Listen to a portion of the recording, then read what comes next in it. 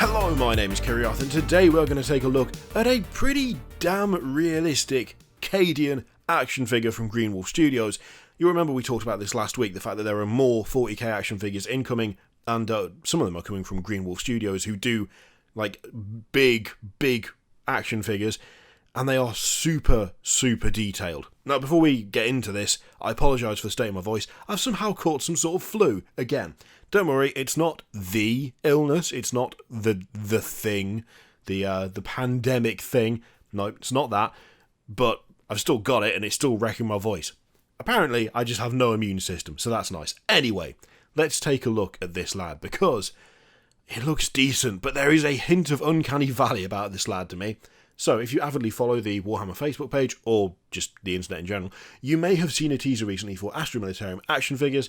Today, we can show you the first figure in this new range, and let you know when and how you're able to get it. So, nice that it's confirmed as the first figure. There's going to be more of this, which I'm not surprised about, but it's nice to have it confirmed. I really like the look of this, but there is definitely that... For me, there is definitely that kind of uncanny valley thing where at a glance, it looks almost like a real person.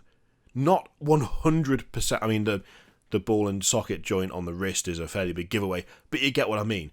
It looks really cool. I really like this. I think they've done a really good job, but that is not surprising, though. I mean, we took a look at some of the other stuff that Green Wolf Studios do, and it's all, by the look of it, very high quality, so it doesn't surprise me that this would be as well. I feel like this is giving us a bit more detail. I'm trying to think of the best way to put this, because of course we have things like official artwork, we have the background art in things like the codexes. We know what a Cadian soldier looks like. We know that at this point. We know what the Imperial Guard look like. We know what their weapons look like. But it's all in a very highly stylized setting. Or, alternatively, it's in miniature format, where things like the scale and the anatomy are not 100% accurate. You know, when it comes to scaled down miniatures, the anatomy of models is very rarely dead on, as is the case with things like Cadians. They have much larger hands than you would think. The legs are possibly a little short for the length of the torso. These are all just things that we accept because it looks fine. In model terms, it looks okay. You know, there's not a problem with it. This is not like that, though, because this has realistic proportions, and it's the thing that really familiar with, and it is official as they come, but it's that bit extra detailed. It's that bit extra detailed, and it's just more lifelike, as you would expect from an action figure of this type. I do really like it, but every now and then it's like, oh, it's just so weird to see it in this particular light, in this particular setting. There's a lot of really cool details on this. It looks really good. So let's go down a bit, because there's some other pictures down here. Loving the inclusion of the las pistol. See, to me, the las pistol looks really small. But then, would it be massive? Probably not. The fact that they included the chainsword as well makes me super happy. You gotta have it. I mean, come on. How can the first one not have a chainsword? It's iconic. God, it does look good, though. That bionic implant, like the bionic eye, also that's a nice touch, having the symbol on the flask holder there. That's cool. Yeah, that eye gives me all sorts of unpleasantness. It's just it seems so raw around where it's been implanted. That's the only way I can put it. Like, it seems not great. Like, not good in terms of how that would feel. Mind you, not that he cares. It's part of the Imperial Guard. Hard as nails, obviously. Again, things like the detail of the damage on the carapace there, like the chest armour, the chip paint and stuff on the shoulder guards.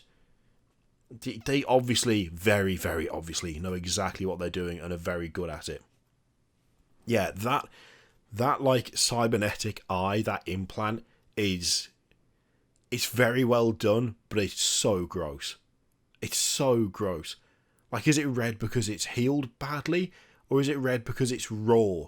Because the skin's trying to grow over the Ugh, Just not great. Just not nice to look at.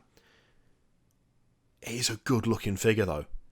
It is a good looking figure. And it's, like we said last time, it's just really cool to see this stuff being pushed out there and made more available. Okay, let's actually see what they've said. So we've got the first figure there. This incredible depiction of a Cadian officer is produced by our friends at Greenwell Studios. It stands 30 centimetres tall, that's 12 inches in Warhammer measurement, and as you can see, the detail is nothing short of stunning. From the weathered fatigues to the bionic iron chainsword, this really brings one of the signs of fallen Cadia to life. Rip Cadia. You'll be able to get your eager hands on this incredible Cadian officer through a Kickstarter campaign that Greenwall Studios will be running from the 2nd of October. That's interesting. I had assumed that when they got the license for this, they would simply be producing these models. That's what they'd be doing. That, just be a standard production. But no, it's going to be a Kickstarter thing instead. It'll be interesting to see how that works, to see how that goes. That's something that we will need to remember to keep up with, I think. That's actually surprised me a bit. I really assumed that this would simply be a case of they have the license, they're making the figures, you can go and buy them. Doing it via Kickstarter instead is an interesting move. Are they maybe not that confident that these are going to appeal? But then again, I feel like you would be confident that something like this is going to appeal because, for a start, it's aimed at a group of people who collect models and, pretty passionate about it at that. Interesting. Okay, so when does the Kickstarter go live? Let's just check that because we want to keep an eye on that. So 2nd of October. So note that down. We will talk about this again when that date comes round because I want to see what happens in terms of price, in terms of goals, in terms of stretch goals. Will it simply be a Kickstarter for the one figure? Will they include a second figure as part of the stretch goals for that? Will it mean it goes into permanent production or at least a kind of limited production? Or is it going to be you pledge the Kickstarter and you get one, Kickstarter's gone, model's gone. Action figure, sorry. Interesting that. We need to keep an eye on it. Now, before we finish the video, this week's shout-out goes to Hellstorm Wargaming. So there is a link in the description to Hellstorm Wargaming. They produce battle reports. There is a stream every Monday. Mikey does Coffee Time where he talks about different things involving 40k, whether it be like frequently asked questions or whether it's discussions about certain mechanics. It's a really good channel. Mikey's a really lovely dude. You should go over there and check them out. As I say, there's a link in the description. Absolutely worth a follow. What do you reckon then? Because this is kind of surprising in a way. I was not expecting a Kickstarter thing. Do you think there is a very high chance of the Kickstarter going through absolutely fine? What do you think they might do in terms of stretch goals, if any?